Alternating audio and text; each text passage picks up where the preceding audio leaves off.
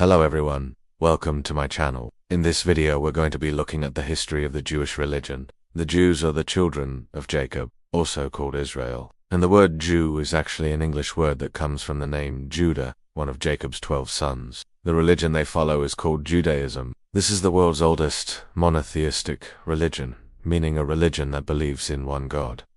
The Christian and Muslim religions came later, and they all trace their roots back to Abraham. So the Bible says that God made a covenant with Abraham and promised him that his descendants would become a great nation. But Abraham was old, and he and his wife Sarah were unable to have children. So God performed a miracle and caused Sarah to become pregnant. When their son Isaac was born, Abraham was very old. He was 100 years old when he had Isaac. When Isaac grew up, he married Rebekah, and they had 2 twin sons named Jacob and Esau.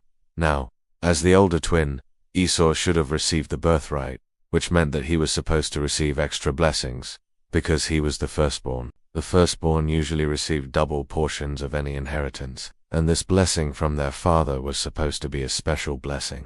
In some cases, it even included land. But while their mother, Rebekah, loved both of her sons, she favored Jacob. So when Isaac was old and blind, Rebekah told Jacob to deceive him so that Jacob could receive the blessing that was supposed to be for Esau. So Jacob went into his father's bedroom, where he was lying, and he tricked Isaac into giving him the blessing. Of course, Esau wasn't happy about this, and he wanted to kill Jacob. So then Jacob ran away for fear of his life. So Jacob fled to Haran, where he lived with his uncle Laban, and there he met Rachel, and they fell in love and got married. And over time, Jacob had 6 more sons, and those sons became the heads of the 12 tribes of Israel. Eventually, after many years, Jacob returned to Canaan and settled in the region of Goshen. And then Joseph became the vizier or prime minister of Egypt during a famine, and he saved his family and many others from starvation by selling them grain from his storehouses. Then a new king came to power in Egypt who didn't know Joseph anymore, and he oppressed the Jews and forced them into slavery, making them build huge store cities like Pi-Rama, where Joseph was buried. The Jews suffered greatly under their taskmasters, but after many years, a Hebrew man named Moses was born, and when he was an infant, he was placed in a basket and sent down the Nile River to save him from certain death, because Pharaoh had ordered that all baby boys be killed. Pharaoh's daughter found Moses and raised him as an Egyptian prince. But despite his royal upbringing, Moses identified with his people, the Jews, and he rescued one of his brethren from an Egyptian who was beating him. For this, Moses fled to Midian, and while he was there, God appeared to him in the form of a burning bush, and commissioned him to go back to Egypt and lead the Jews out of slavery. With the help of Aaron, his brother, Moses confronted Pharaoh and demanded that he release the Jews from slavery. But Pharaoh refused, so God performed 10 plagues upon Egypt to persuade Pharaoh to let the Jews go. The plagues were quite devastating. They included turning water to blood, causing frogs to hop across the land, and even killing every firstborn son in Egypt. After the 10th plague, Pharaoh finally agreed to let the Jews leave. Then God told Moses to take the Jews and go to the Red Sea. And while they were there, Pharaoh had a change of heart and decided that he wanted the Jews to come back to Egypt. So he assembled his army and chased after them. But just as Pharaoh's army approached them, Moses stretched out his staff over the sea, and God parted the waters, allowing the Jews to escape across the dry seabed. Then when Pharaoh's army followed them, God caused the waters to come crashing down again, destroying the entire Egyptian army. So from that point on, Moses led the Jews through the wilderness for 40 years, until they reached the promised land. However, the people were impatient and they wanted to return to Egypt. So God allowed them to wander in the desert for 40 years instead of just 40 days. And during that time, God gave Moses the 10 commandments on Mount Sinai. These 10 laws included honoring one's parents, not killing, not stealing, and of course, there was the commandment to worship only Yahweh, the true God, and not to worship any other gods. Over time, many laws were given to Moses, and they were all written down on stone tablets, and they formed the basis for the first 5 books of the Old Testament, which Christians call the Torah. After receiving these laws, Moses led the Jews into battle against the inhabitants of Canaan, and after many battles, the Jews took possession of the land. Then Joshua led the people after Moses died, and he led them to victory in battle. As the centuries passed, the Jews had kings just like other nations, but they often disobeyed God's laws, and they suffered defeat as a result.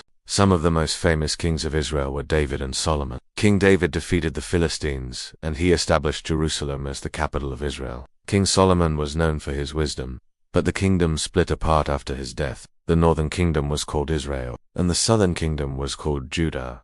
Then the Assyrians conquered the northern kingdom, and the Babylonians conquered the southern kingdom, and destroyed the first temple in Jerusalem, which was also called the Temple of Solomon. So the Jews were taken captive to Babylon, and this event is called the Babylonian exile. Later, the Persians conquered Babylon, and they allowed the Jews to return to Judah and rebuild the temple. It was rebuilt in about 70 years, and this event is called the Second Temple period. Over time, the Jews continued to be invaded by various nations, including the Greeks and the Romans. And the Romans eventually destroyed the Second Temple in 70 AD.